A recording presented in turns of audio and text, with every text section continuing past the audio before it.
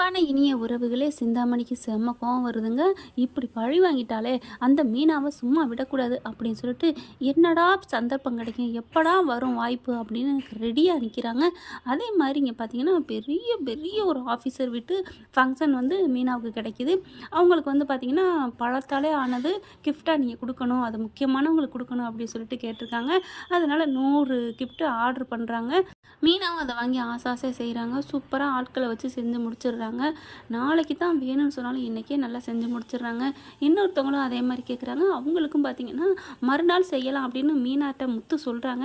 இல்லைங்க, மறுநாள் ஏன் இழுத்து போடணும், இதான் 100 செஞ்சு முடிச்சாச்சு, மறுபடியும் அந்த 100 இருக்குது, நாளைக்கு வரைக்கும் எதுக்கு வெயிட் பண்ணணும், இன்றைக்கே செஞ்சிருமே அக்கா, நீங்களாம் செய்கிறீங்களாக்கா அப்படின்னு மீனா கேட்க, அவங்களும் சரிம்மா செய்கிறோம்மா அப்படின்னு சொல்லிட்டு நைட்டாக செஞ்சிட்ருக்காங்க.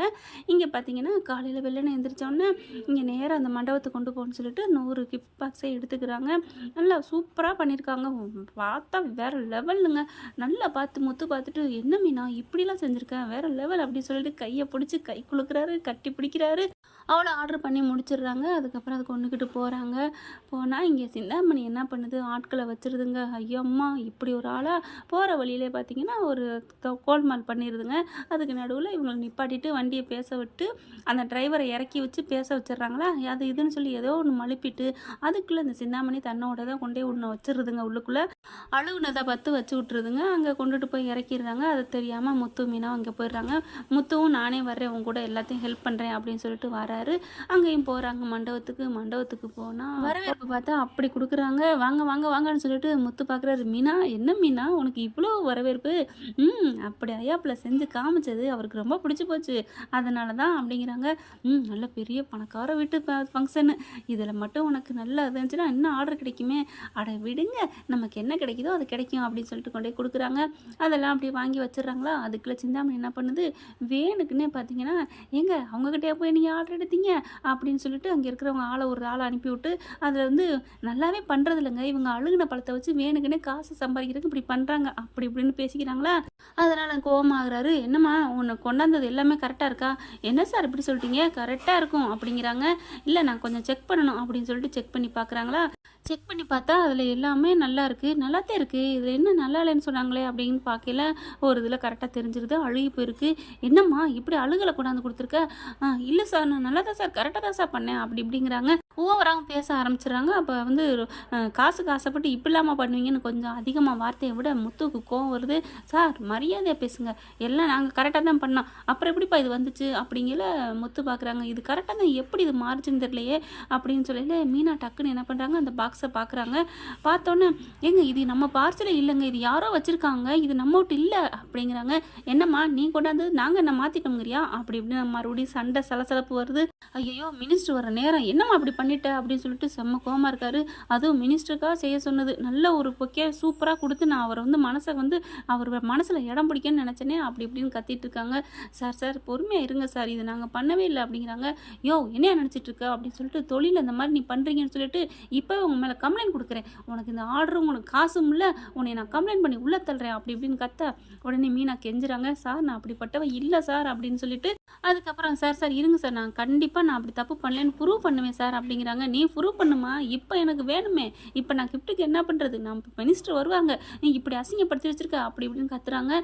என்ன நினச்சிட்டு இருக்க அப்படிங்கிற. சார் நீங்கள் பேசாமல் இருங்க, இதை நான் நிரூபிக்கிறேன். அடுத்து பார்த்தா கொஞ்சம் நேரத்தில் பார்த்தா எல்லா பொக்கையுமே ஒரு மாதிரி அழுகுன வாடை வருது. என்னம்மா ஒரு பொக்கே தான் எப்படின்னா எல்லா பொக்கையும் இப்படி மாதிரியா இருக்குது அப்படின்னு சொல்லிட்டு பார்க்குறாங்க. எல்லா பொக்கையும் ஒரு மாதிரி பழங்கள்லாம் அழுகுன வாடை வருது. ஐயோ, நான் இப்படிலாம் பண்ணதே இல்லைங்கன்னு மீனை அழுகுறாங்க. என்னம்மா நினச்சிட்டு இருக்க, இப்போ போலீஸுக்கு கால் பண்ணுங்க அப்படிங்கிறாங்க. அந்த வேனில் போயிட்டு ஒரு பார்சலையும் மாற்றி வச்சுட்டு எல்லா அதுக்குமே பார்த்திங்கன்னா வந்து தவறான மருந்து அடிச்சு விட்றாங்க. பழங்கள் கொஞ்சம் நேரத்தில் அழுகிற மாதிரி, அந்த மாதிரி சிந்தாமணி ஆட்கள் இப்படி பண்ணிடுறாங்க. அடுத்து பார்த்தா மீனாவுக்கு கைது பண்ணுற அளவுக்கு வந்துடுது. இருங்க அப்படின்னு சொல்லிட்டு, உங்களுக்கு நான் மறுபடியும் இதே மாதிரி பொக்கே கொடுத்துட்டா ஓகே தானே அப்படின்னு சொல்லிட்டு வீட்டில் செஞ்சுக்கிட்டு இருந்தாங்க இல்லையா, அவங்களுக்கு கால் பண்ணுறாங்க. அக்கா செஞ்சு முடிச்சிட்டிங்களா? செஞ்சு முடிச்சிட்டேன் மீனா அப்படிங்கிறாங்களா. அக்கா அதை சீக்கிரம் உடனே ஒரு வேனில் ஏற்றிட்டு இங்கே வாங்கக்கா அப்படின்னு அட்ரஸ் சொல்கிறாங்க. சரிம்மா, என்னம்மா ஏதாவது பிரச்சனையா? அப்படிலாம் ஒன்றும் இல்லைக்கா, நீங்கள் வாங்க அப்படின்னு சொல்கிறாங்க. அப்படியே அதே மாதிரி கொண்டு வந்துடுறாங்க. கொண்டாந்து இறக்குனா அதை விட இது நல்லா இருக்கே அப்படின்னு பார்க்குறாங்க. நல்ல வேலை மீனா, நீ வந்து ஒன்று எக்ஸ்ட்ராவே ஒரு நாள் இருந்தாலும் பரவாயில்ல, நீ பண்ணது நல்லதாக போச்சு அப்படிங்கிறாங்க. அதுக்கப்புறம் கொடுக்குறாங்க. ஆனாலும் அவர் கோவத்தில் இருக்காரு. நீ மருது கொடுத்துட்டம்மா, ஆனால் இந்த மாதிரி தப்பு பண்ணியிருக்கியே, தவறான பொருளை வச்சு பண்ணியிருக்கிறியே. சார் நான் அப்படிப்பட்ட இல்லை சார், ஃபங்க்ஷன் முடியட்டும் அப்படின்னு சொல்லிட்டு மீனாவையும் முத்துவையும் ஒதுக்கி வச்சிடுறாங்க. நில்லுங்க அப்படின்னு சொல்லிடுறாங்க. ஃபங்க்ஷன் நடந்துட்டுருக்கு. ஆனால் அவங்க கொடுத்த அந்த பொக்கையை வச்சு சிறப்பாக செஞ்சிடுறாங்க. வரவங்க போகிறாங்களா, சூப்பராக இருக்கே, சூப்பர்ப்பா, எங்கேப்பா அது வாங்கினீங்க அப்படிங்கல. அவரால் ஒன்றும் பண்ண முடியல. இதோ இவங்க தான் எல்லாம் பண்ணது அப்படிங்கிறாங்க. எப்படிம்மா, நல்லா ஒரு டிஃப்ரெண்ட்டாக இருக்கேம்மா அப்படின்னு சொல்லிட்டு, எங்களுக்கு நீங்கள் அதை கொடுக்கணும், எங்களுக்கு நீங்கள் கொடுக்கணும் அப்படி இப்படிங்கிறாங்க. அதனால அவருக்கு ரொம்ப பாராட்டிட்டு போகிறாங்களா அந்த ஃபங்க்ஷனுக்காரவங்கள. அவங்களும் ரொம்ப மனசு குளிர்ந்து போகிறாங்க. மீனாவுக்கு ஒரு ஃபோன் வருதுங்க. அது யாருன்னு பார்த்தா நம்ம பார்வதி ஆண்டி தான் கால் பண்ணுறாங்க. என்ன ஆண்டி அப்படிங்கிறாங்க. எம்மா நீ இப்போ ஒரு இக்கட்டான சூழ்நிலையில் இருக்கிறியா அப்படிங்கிறாங்க. ஆமாம் ஆண்டி, என்ன உங்களுக்கு எப்படி தெரியும் அப்படிங்கல. நல்லதாக போச்சுப்போ, இங்கே உன் குழப்பத்தை உண்டு பண்ணது இந்த சிந்தாமணி தான் அப்படிங்கிறாங்க. நினச்சேன் அவளாக தான் இருக்கணும் அப்படின்னு முத்து மீனா பேசுகிறாங்க. சொல்லுங்க ஆண்டி, என்ன நடந்துச்சு அப்படிங்கல. அவன் ஏன் கேட்குறீங்க, இங்கே வந்து நல்ல தம்பட்டமாக யார்கிட்ட பேசிக்கிட்டு இருக்கா. என்னடா முடிச்சிட்டிங்களாடா, அதை அடிச்சிட்டிங்களாடா அப்படி இப்படின்னு சொல்கிறாளேம்மா. அவள் மீனா பொழப்பு நடத்தக்கூடாது அப்படின்னு சொன்னோன்னே தான் தெரிஞ்சிச்சு உன் வாழ்க்கையில் தான் ஏதோ பண்ணியிருக்கான்னு. என்னம்மா பண்ணியிருக்கிறா, என்னம்மா நடந்துச்சு அப்படிங்கல. அதெல்லாம் நாங்கள் விவரமாக பேசுகிறோம் ஆண்டி, நீங்கள் ஃபோனை வைங்க அப்படின்னு சொல்லிட்டு மீனா வந்து முத்துக்கிட்ட சொல்கிறாங்க. செம்ம காண்டாகிறாரு. இந்த அளவுக்கு நடந்துட்டுருக்கா, நீ பேசாமல் இரு, நான் அவளை வச்சுக்கிறேன் அப்படின்னு சொல்லிட்டு, இரு நான் போயிட்டு வந்துடுறேன், 10 நிமிஷத்தில் நான் போயிட்டு வரேன் அப்படின்னு முத்து பறக்கிறாரு. சிந்தாமணி வீட்டுக்கு போனால் அங்கே அவங்க அடித்த எல்லாத்தையும் பண்ணாங்க இல்லையா, அவங்க சிந்தாமணிகிட்ட பணம் வாங்குறக்காண்டு வெளியில் வெயிட் பண்ணிட்டு இருக்காங்க. அக்கா வந்தோன்னே பணத்தை வாங்கணும்டா, வாங்கிட்டு ஜாலியாக போகணும்டா, பாண்டிச்சேரி போகணும்டா, அங்கே போகணுண்டான்னு சொல்லிட்டு இருக்கையில போய் நங்குன்னு குத்திடுறாரு முத்து. பாண்டிச்சேரிக்கு எதுக்குடா போகிற, நானே உனக்கு கொடுக்குறேன்டா போதை அப்படின்னு சொல்லி அடி உரிச்சு எடுக்கிறாங்க. ஏன்டா அப்படி பண்ணீங்க அப்படிங்களா. நான் என்ன பண்ணேன், நீ எல்லாம் பண்ணேன்னு எனக்கு தெரியும்டா அப்படின்னு சொல்லிட்டு என்ன பண்ணுறாங்க, அள்ளி தூக்கி வண்டியில் போட்டுக்கிறாங்க. அப்படி பார்க்குறாங்களா, செல்வத்தையும் கூட்டிகிட்டு போயிடுறாரா வர சொல்லிட்டு. அதனால் ஒன்றும் பண்ண முடியல.